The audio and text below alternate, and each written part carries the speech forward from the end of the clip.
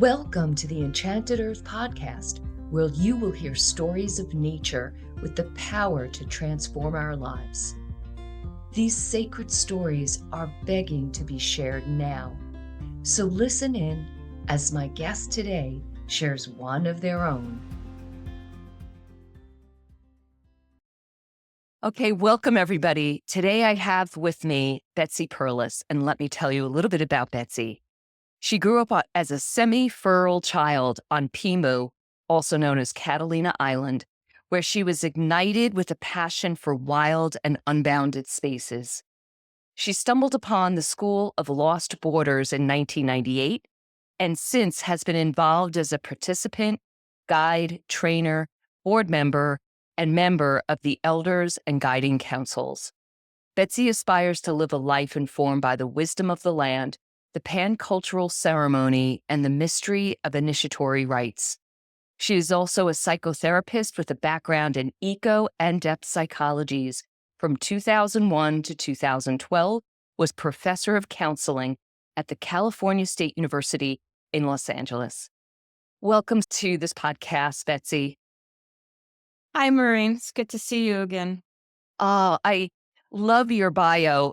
It is such a feeling bio. It's amazing because it actually reminds me of a conversation that we had not that long ago about how when we have our list of credentials and it's just kind of dry and just kind of our, I guess, the high points of our successes in life. But yours gets to such a deep feeling sense with getting inspired by the landscape itself and initiation processes. I just really love that. So kudos to you. Yeah, thank you. I think the credentials are definitely secondary to the experience. I mean, we can pursue credentials and degrees and have a great deal of head knowledge, which is of much value, but without the experience, they don't go far. They don't have much value. Oh, wow. Yes. And the School of Lost Borders, can you tell our listeners just a brief description of what that organization is involved with? Yeah, the School of Lost Borders facilitates and trains people in wilderness rites of passage. Can you tell me a little bit about the importance of being in wilderness for those experiences? Well, wilderness is an interesting idea because what is wilderness? Wilderness is a classification to a certain kind of place or landscape that has been largely untouched. Well, this is how wilderness is often portrayed, largely untouched by human influence. And we know that's not the case because all landscapes have been touched by human influence, particularly, indigenous peoples, native peoples of the land. So we have to be careful when we talk about what wilderness is. But largely in our context, it's being exposed to places where there's a sense that the wild has priority, that it hasn't been overly domesticated, because wilderness teaches us a lot, and particularly that life moves in cycles. And so, we have the seasons, for instance, summer, fall, winter, and spring. And these cycles happen all the time, they never stop.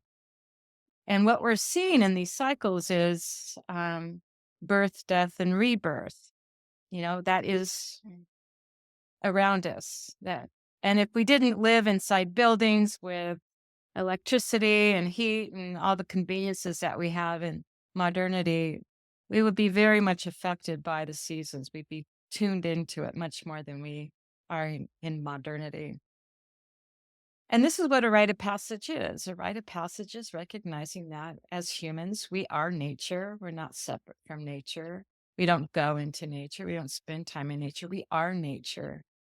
And so we go through the same cycles again and again. We go through our continual birth, death, and rebirth process.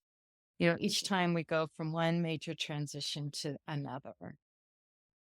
So the typically the first and primary rite of passage is from childhood to adulthood. And and so something dies, some identity that's attached to childhood has to die in order for a person to fully step into their adulthood.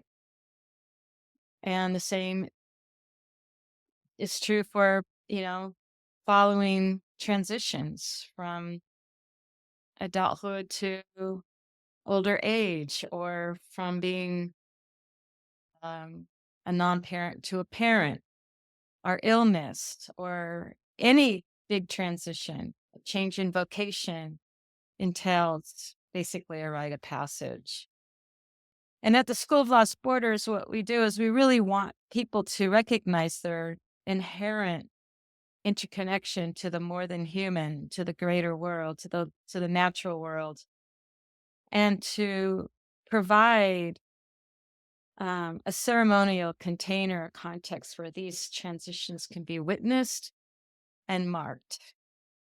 We are consciously stepping into who we are as full human beings, not just as individual, self contained humans, but humans that are connected to a larger whole.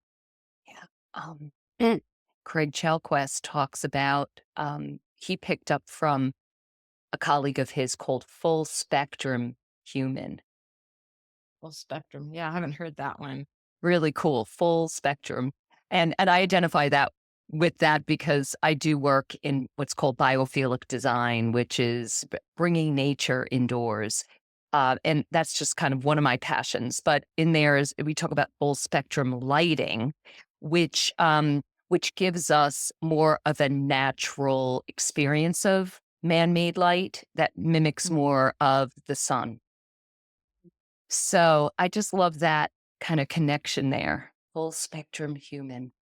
mm, So initiatory rites is something that we've lost in our modern culture. mhm, Well, not completely, but I think for the majority of us in this world, and certainly in the Western world, we've lost that ceremony, that process, and also the support around initiation experiences. And many of us are really kind of on our own and having them without even realizing what they are. But basically, we recognize that when we look back, we can see that transition and we can see it, with with greater clarity given time. And a lot of those experiences do happen in the natural world. Would you be interested in sharing maybe one of your initiatory transitions in your life? Because I do know, like you said, we can experience many of them throughout our lives. I go out every year.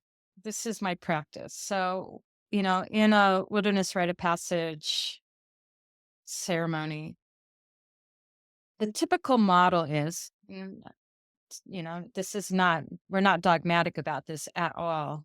There's many ways to do this, but we often send people out on the land for 4 day, 4 nights. So, um, in connection with, the group that is holding it. So it's a solo connected to all of us who are there holding it and supporting it. And I think it's important to point that out because ceremony is not an individualistic experience, it is a communal experience. And so, but my practice as a guide, as a teacher, facilitator, is to go out and do my own solo every year. And it's not necessarily a rite of passage, it's become a practice for me. Nevertheless, it's been um, really important and instrumental in my understanding my own transitions. So the first time I came to the School of Lost Borders in 1998. Um, this was all new to me, and I was can't remember how old I was, probably 35, 36. And I had never really even considered what does it mean for me to be an adult? In my life, nobody ever talked about this. I mean, I had a high school graduation, I went to college, I struggled with my identity. I really struggled with like, what is mine to offer to the world? What's my path of service? So my first experience was really marking my adulthood and having that mirrored back by my guides, which is really profound. Since then, fast forward many years later, um, it's been largely about um, developing a relationship with um, the greater self of me. We might call it the unconscious, we might call it the psyche, which in my perspective includes um, the natural world. Ultimately, there's this kind of relativization of our egos, which Carl Jung, I'm a Jungian psychologist as well, Jungian analyst, calls a death of the ego when we encounter that which is bigger than ourselves. So as I age, this feels more and more like what my rite of passage is about. How do I connect to the more than human in a authentic way, um, rather than in a way that I'm trying to construe or even misappropriate from other people or other cultures? So the Moonlight co- experience that you're referring to was a big part of that. I had consciously chosen to leave my academic position as a full-time professor at Cal State LA, largely because in my gut, it felt like it was not really honoring my values. And I was hitting a wall in terms of my identity as a professor really overshadowing my calling as um, a wisdom seeker, as a wilderness guide. I don't know if I had to leave or not, but I did. And I was really kind of getting stuck in a rational mindset, um, especially in the academic world, which is so rational, so patriarchal, and top down heavy. And so I went out on my annual solo in Death Valley and really crying out for vision. I mean, this kind of word vision quest, which I don't use very often because it does have cultural connotations that don't apply to our work, but this calling out for a vision, but being out there, like calling out to God, give me something, who am I? I mean, people have been going out in the desert for centuries, but this idea of calling out, questing. And I just felt incredibly locked in my rational mindset um and was just trying to figure things out rather than dropping into the ceremony. Symbolically, it felt like I was in a solar kind of caught by a solar complex of mentality rather than really a feminine lunar context of having a relationship with the depths, um, the less rational but much more soulful depths. So I went to bed and I was pretty resigned just to whatever. And I didn't want to get up in night. We often suggest to people that they do an all night vigil, and I've done that. And I am old and tired. I don't want to do that anymore. And but the full moon came up and the moon was like, "Nope, you gotta get up." I could not sleep. It was like a flashlight in my eyes, and, I finally agreed, and I got up and I got dressed and I took a walk in the moonlight and was just again crying out for that answer and or some insight or experience. And I proceeded to get very lost. I can't remember if this is a story I told you or not, but I got lost, and it wasn't until I relaxed in my lostness in the moonlight that I realized that this is what it means to have a relationship with psyche, with the depths. There is a sense of lostness. Doesn't um, map out in the same territory that I'm used to. Yeah. It's not going to agree with my previous conceptions of what my ego wants. And and so I just fumbled around the desert, lost, and found myself feeling more and more at home in that. And then finally the sunrise came up, which was just absolutely illuminating, beautiful sunrise. And it was at that moment that I realized that visions don't come landing out of the sky in some kind of great moment of intellectual insight, but rather um, from this very embodied feet on the ground, walking the earth, life that we live. And to me, that was a turning point because now I realize, when things don't turn out like I want them to, which is most of the time, I'm actually, um, if I look at it from a different perspective, I'm actually walking the path that is absolutely the right one for me. That is such a beautiful story. Thank you for sharing that with us. When you got to the point where the sun was rising, my entire body, I mean, I felt, those goosebumps. I really felt like I was there with you. Tears just came to my eyes. It was so moving. And you know how you can step into someone else's experience and experiencing it then. And I know I could not experience it exactly how you did, but thank you for that. And it is magical how we get the message we need to get. And it is as simple as what you received. It doesn't have to be complicated.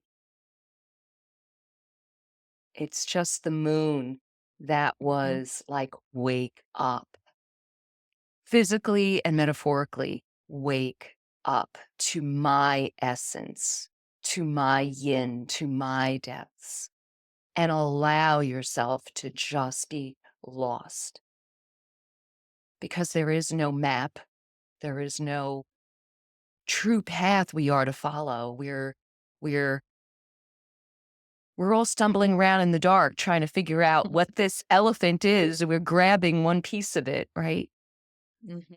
And trying to make sense of it. It's the mystery. It's not wanting to be fully known. Mhm. Yet we constantly seek just a little bit Yeah. more. Yeah, it's a bit of a paradox, right? We Mm. have to seek, we have to strive, we have to long for and pursue. And at the same time, it's all there all the time, what we're seeking. Yeah, and I do feel one of the really challenging things often for us is the more we crave an answer, the more elusive it could be. Mhm. We have to kind of step back from that maybe it's a feeling of trying to control, like, okay, now give me an answer. I'm here. I'm ready. I'm listening. And it's like, no, no, no. We will speak to you when it's time, when you can hear it at a much deeper level than your mind can take it in.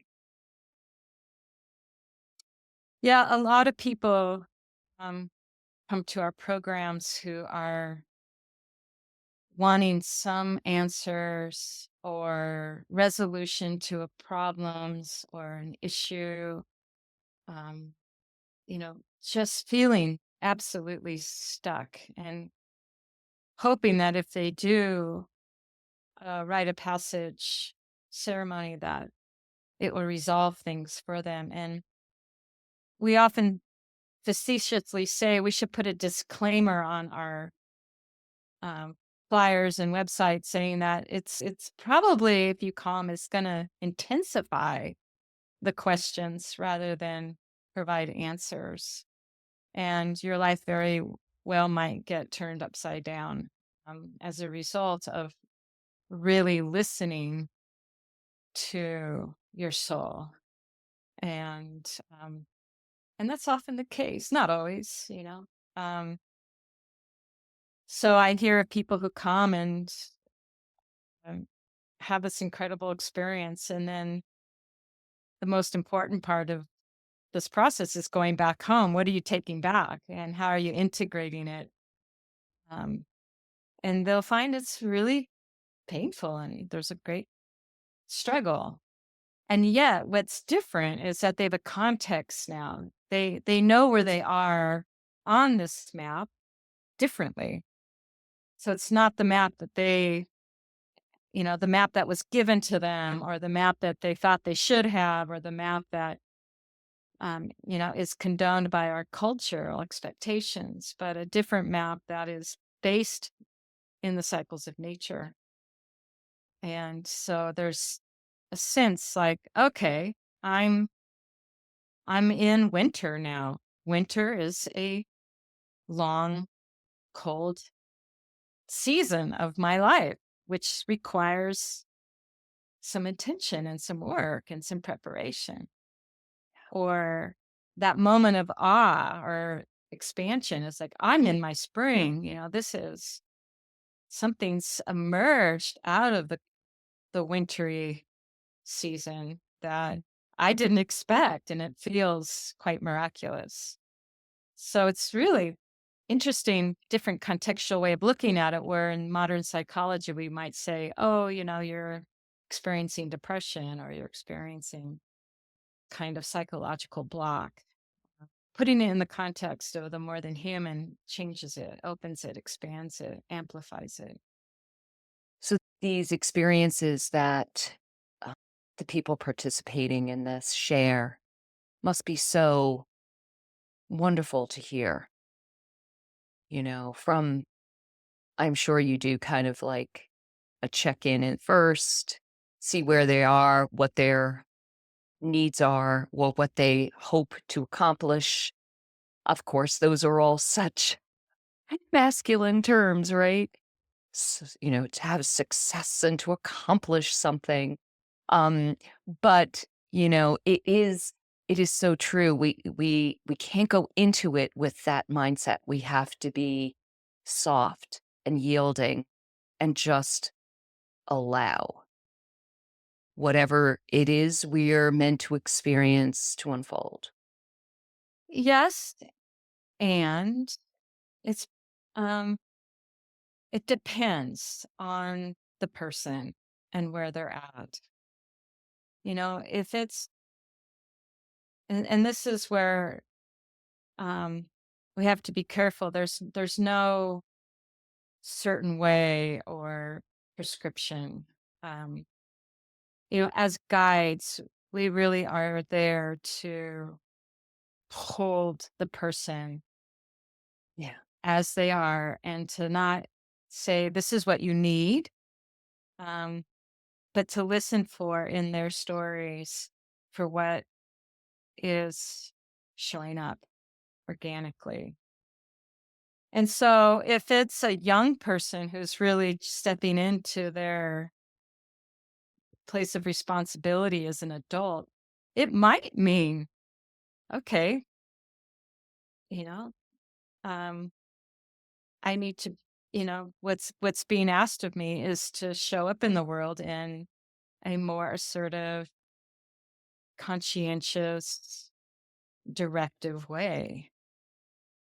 And maybe that means as practical as training for a particular vocation or taking care of family or whatever it might be. But um, for myself, my experience in the Moonlight was after years of, study and academic work and pursuing a lot of career goals and succeeding, like, this is not enough. I'm drying out here. I'm not really tuned in to what's calling me, which was a whole different kind of consciousness, a lunar consciousness. Mm.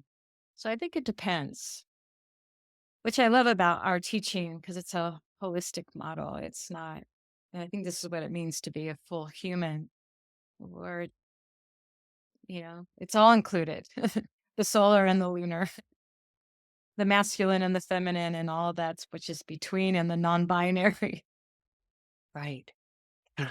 I'm sure you've heard the notion that humanity is kind of going through a major shift in consciousness. Um, it's discussed a lot in certain circles, that there's a big shift happening, and would just love to get your perspective on that. Number one, are you seeing any change in not only the volume of people going through these programs, but um, the process itself, or the people that are showing up? And two is, yeah, do you have an opinion about the shift in consciousness of humanity? Well, that's a big question. Um, what I've noticed in recent years is the young people coming to our programs, 20s, 30s, who are incredibly creative and out of the box that I'm familiar with, and who have held my feet to the fire in some ways that are quite uncomfortable. And also, I I so respect and appreciate, for somebody that age to be living and facing a future that is so tenuous. I feel that they are bringing in a really important voice and questioning everything and questioning us older guides who haven't always um, addressed issues of social justice, cultural misappropriation, colonization. We've been guiding on the land for all these years without always really considering the implications of even being on the land where we are settlers, intruders in some ways, not really taking into consideration the history and the people of the land. Also, gender. More and more young people coming who are questioning the binaries and of gender, and um, so I feel like there's this emerging breaking out of the modern conceptions that, in my experience, have been so internalized in my own psyche that I just take it for granted that this is reality. And it's uncomfortable, and it's also awesome. And I also hear from the young people that they really want the elders us elders to be witness to this and to offer our wisdom of years of being alive, but also, having 20, 30, 40 years of guiding experience. So it's not like dismissing the old teachings that are dismissing the elders, but really wanting the relationship. And so that's quite beautiful and inspiring. So, asking elders, be here, witness, offer us your mentorship. And I also feel like I'm a mentee of the young generation. Isn't that always right? The teacher learns from the student. Yeah. It's humbling. It's really humbling. And I also realize I'm in a bubble, that um, I think one of my greatest sadnesses about leaving my teaching job at Cal State is I felt like I was involved in a world that wasn't so encapsulated in people who are familiar with, you know, wilderness rites of passage and depth work. So I don't know. Like I in my own bubble, it feels very alive and dynamic. And I do feel like we're on the cusp of a incredible rite of passage globally, with climate change, with all the upheavals that we're seeing in the world, with these horrible wars we're being witness to. It's hard not to feel hopeless. And yet at the same time, when I'm sitting in our group in ceremony, for me, it's hard not to feel hope.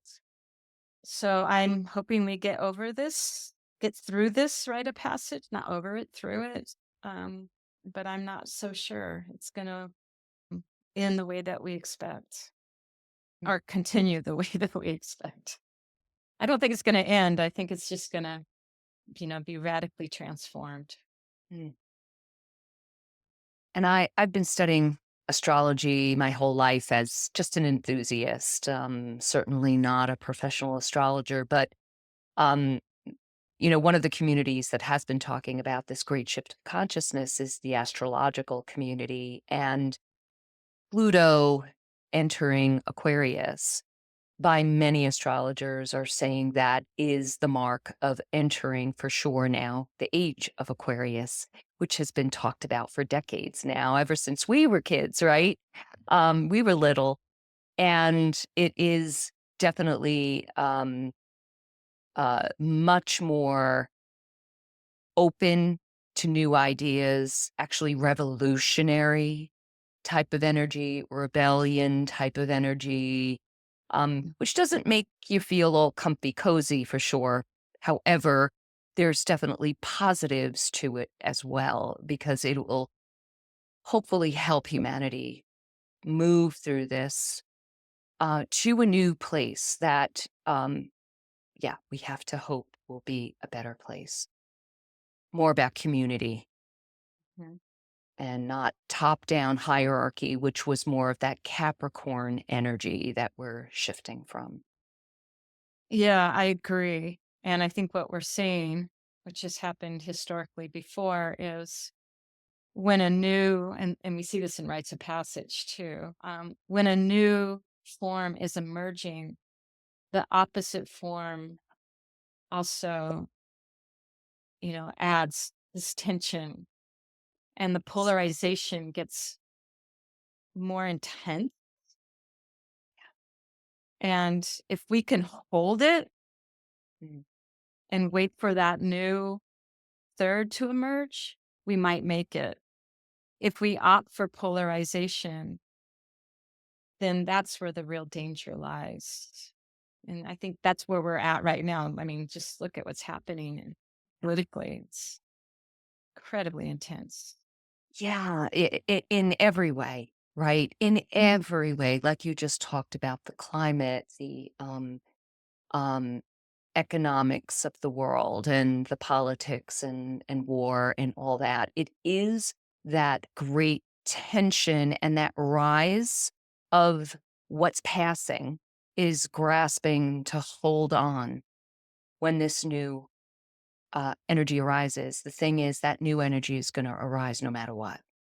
Mhm. And like you said, historically, you could look back at the different ages that we've gone through as being on this planet, the age of Pisces, and then before that was the age of Aries. And there were 2000 roughly year periods of a flavor, shall I say, of energy, and that this recent one is going to manifest.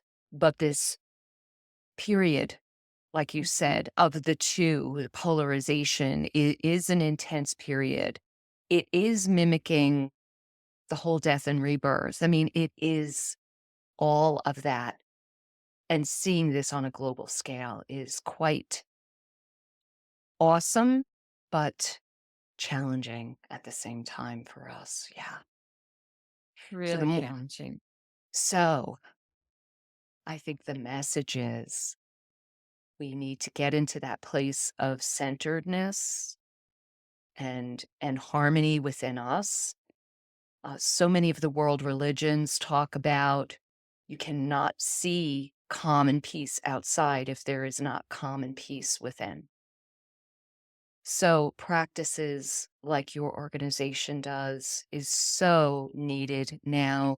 Practices such as forest bathing and other ecotherapy practices, and hopefully talking about like what I'm doing with this podcast and sharing our stories of divine connection, of really moving connection of oneness at the same time as being our own psyche within this collective soup that we're in, are practices that can help people come back to that center, come back.